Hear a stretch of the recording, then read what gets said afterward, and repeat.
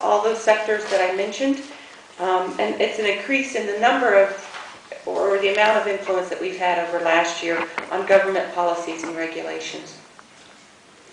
The tuberculosis program increased coverage of services for the very stubborn multi-drug resistant TB. It's a kind of TB that's particularly difficult to rid because it's resistant to the drugs.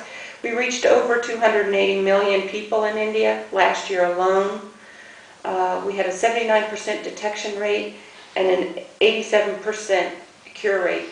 That's, globally, those are pretty high levels, pretty high numbers. I don't know how many of you are familiar with those kinds of statistics, but those are quite high, so we're proud of that achievement. In the education sector, our education technology program, where we use radio across 300,000 schools in India, reaching about 40 million students. We were able to show that intervention increased English. If you look just at English, to say nothing of math or geography or science, but just in English, there was a 23% improvement above other schools who did not have that intervention. We worked in madrasa education, and our activities there benefited over 100,000 Muslim children in approximately 1,200 madrasas. Our agricultural program contributed to legislation that, as it is enacted, will benefit and help nearly 130 million farm families across India. In the climate change area, we have increased the efficiency of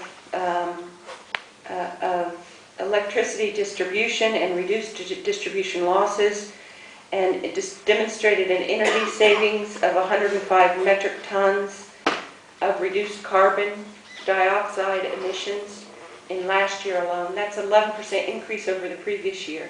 So again, for any of you that follow this very closely and know about reducing the footprint and what's required, that's a significant contribution in 1 year time. 64% of our 2010 funds were spent in about 7 states in the north, from Rajasthan to Orissa, and kind of everything in between, the 7 states in between. Our water and sanitation program helped increase municipality investments in related infrastructure projects by over $200 million. And then $740 million in additional resources was also raised. That's an increase of 19% over the previous year. These are just a few of our results. By any measure of a good return on investment, we get high marks. And I think as taxpayers, I hope that you take pride in these results.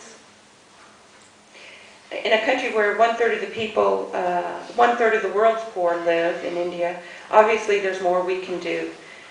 We need to find new and creative and better use of the resources we have. And all of us in this room know that the diaspora groups, and like IDCA, can play a critical role in the development of their home countries. So it's heartening to see that the government of India shares this sentiment as well. President Patel recently announced the Pravasi Bharatiya. I'm sorry. Bharatiya. Oh, the Bharatiya. Yeah. Saman Awards. These are given to eminent Indians or Indian Americans who are living overseas but making contributions to India. And our administrator, so the chief in Washington, Dr. Rajiv Shah, was the recipient of the award this year. We're all very proud of that Dr. Shah was honored with this important government award. It reflects, I think, not only on the members of the India diaspora who work so hard to improve the lives of Indians, but it also reflects, I think, on the work of USAID that we're doing and that we've done for so many decades here in India.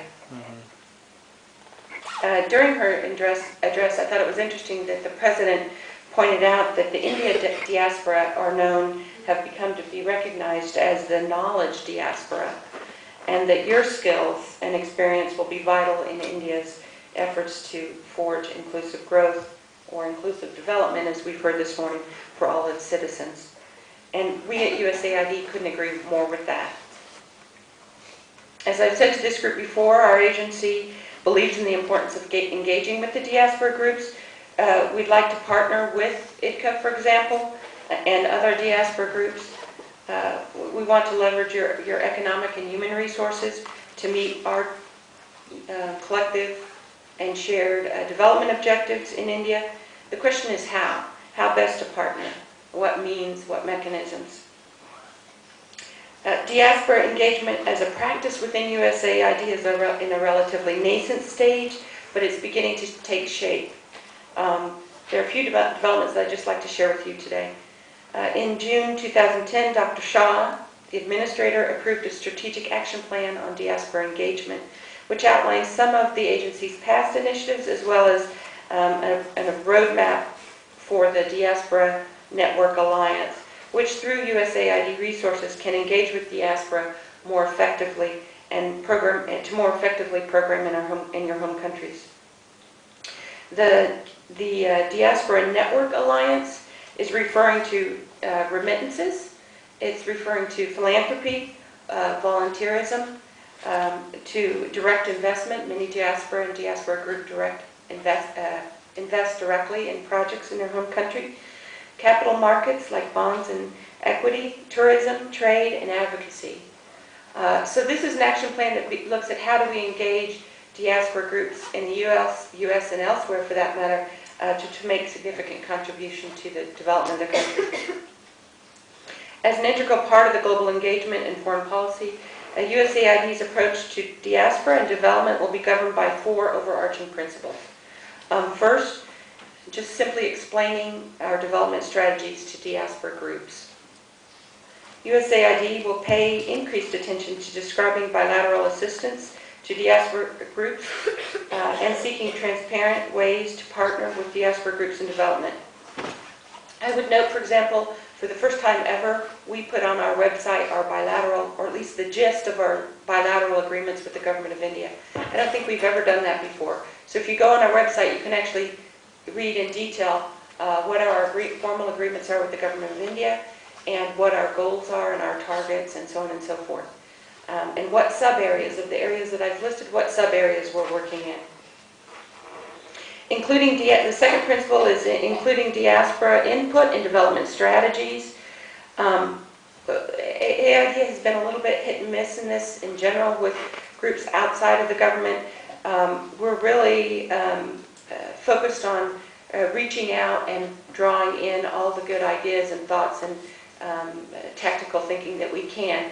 In India, we are going to begin the development of our new strategy for the next 5 years. We're going to begin that next month. So there'll be ample opportunity for people to provide input to the development of that strategy. And I would say if anyone, particularly students, if you're interested in getting involved in that process, let us know and we'll figure out a way to plug you in.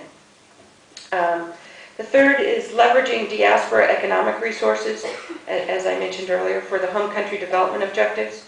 Through partnerships with home associations, USAID will assist diaspora groups to leverage their financial resources with those from the U.S. government and private sector partners to more effectively and efficiently reach our collective development objectives.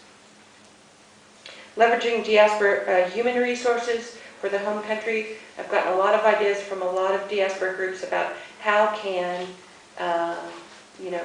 I'm a professor, an engineering professor at the University of Wisconsin, or I'm an agriculture professor at the University of Wisconsin, Indian American. How can I make a contribution?